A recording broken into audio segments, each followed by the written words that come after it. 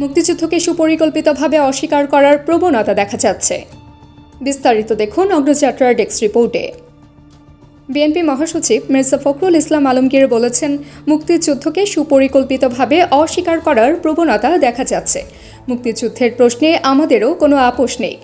সোমবার রাজধানীর ইঞ্জিনিয়ারিং ইনস্টিটিউটে গণফোরাম সভাপতি বীর মুক্তিযোদ্ধা মরহুম মোস্তফা মহসিন মন্টুর স্মরণ সভায় তিনি এ কথা বলেন। তিনি বলেন, যতগুলো কমিশন হচ্ছে সবগুলোতেই আমরা আমাদের প্রতিনিধি পাঠাচ্ছি নিয়মিতভাবে, কিন্তু একটা মহল বলছে বিএনপি নাকি সংস্কারের বিপক্ষে।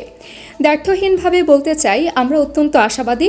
লন্ডনে আমরা আলোচনা দেখেছি, ফেব্রুয়ারির মধ্যে নির্বাচন হওয়ার সম্ভাবনা আছে। ফখরুল বলেন, যেভাবে অর্থনৈতিক রাজনৈতিক কাঠামোগত পরিবর্তন করতে চাই সেখানে আমাদের ঐক্যের দরকার আছে, কিন্তু অত্যন্ত উদ্বিগ্ন হই যখন দেখি স্লোগান হচ্ছে ব্যক্তিকেন্দ্রিক, অশালীন, শিষ্টাচার বিবর্জিত স্লোগান দিচ্ছে কিছু মানুষ।